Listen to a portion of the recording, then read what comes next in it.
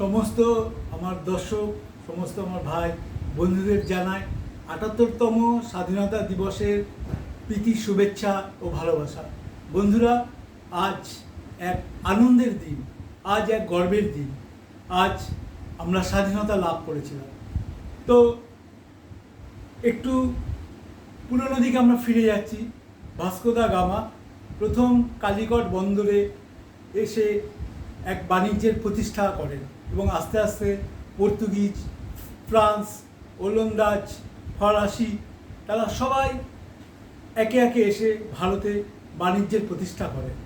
অবশেষে আসলো ইংরেজরা, যাকে আমরা ইস্ট ইন্ডিয়া কোম্পানি নামে আমাদের কাছে পরিচিত।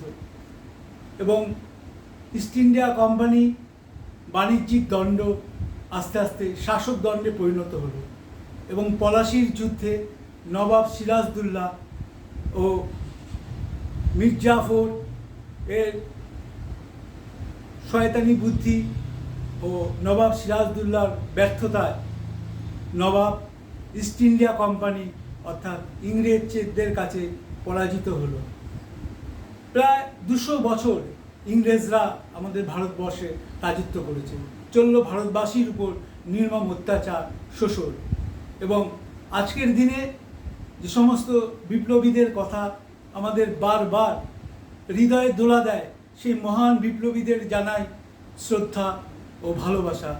বিনয় বাদল দীনেশ, মাস্টারদা সূর্য সেন, প্রফুল্ল চাকি, ক্ষুদিরাম বোস, ভগৎ সিং, তাতিয়া টুপি, ঝাঁসির রানী লক্ষ্মীবাই এরা নিজেদের স্বার্থের কথা না ভেবে দেশের জন্য প্রাণ উৎসর্গ করেছিল।